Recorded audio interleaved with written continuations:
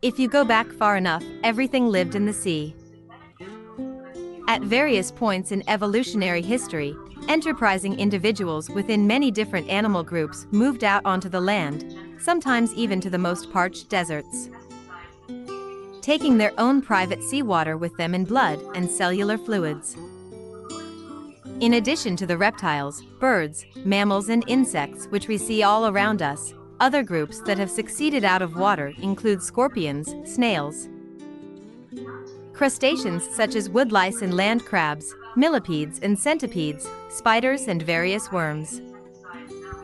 And we mustn't forget the plants, without whose prior invasion of the land none of the other migrations could have happened. Moving from water to land involved a major redesign of every aspect of life, including breathing and reproduction. Nevertheless, a good number of thoroughgoing land animals later turned around, abandoned their hard-earned terrestrial retooling, and returned to the water again. Seals have only gone part way back. They show us what the intermediates might have been like, on the way to extreme cases such as whales and dugongs. Whales, including the small whales we call dolphins, and dugongs, with their close cousins the manatees, ceased to be land creatures altogether and reverted to the full marine habits of their remote ancestors. They don't even come ashore to breed. They do, however, still breathe air, having never developed anything equivalent to the gills of their earlier marine incarnation. Turtles went back to the sea a very long time ago and, like all vertebrate returnees to the water, they breathe air.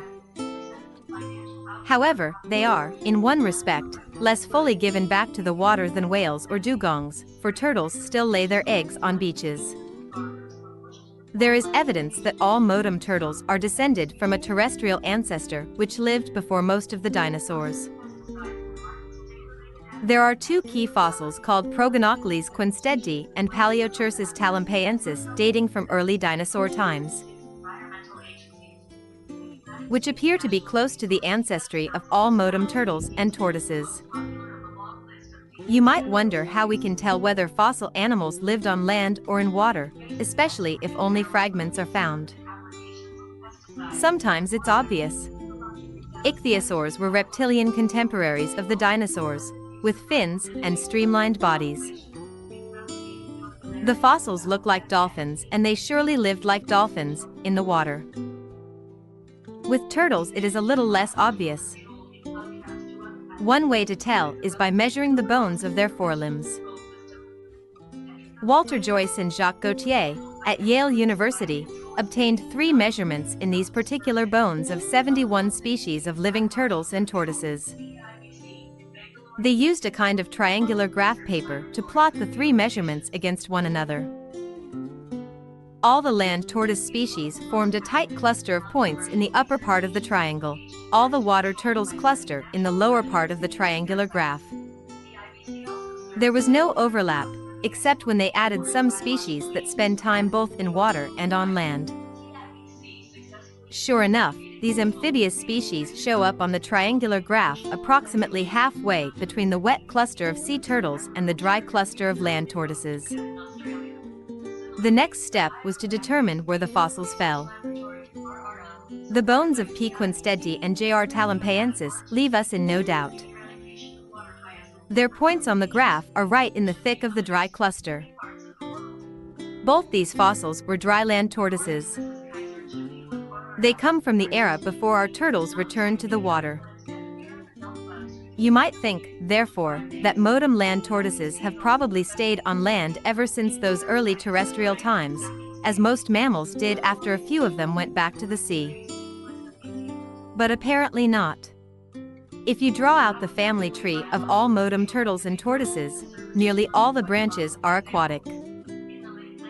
Today's land tortoises constitute a single branch, deeply nested among branches consisting of aquatic turtles. This suggests that modem land tortoises have not stayed on land continuously since the time of P. quinstedti and P. talampeensis.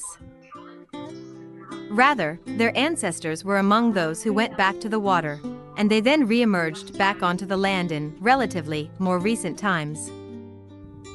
Tortoises therefore represent a remarkable double return. In common with all mammals, reptiles and birds, their remote ancestors were marine fish, and before that various more or less worm-like creatures stretching back, still in the sea, to the primeval bacteria. Later ancestors lived on land and stayed there for a very large number of generations.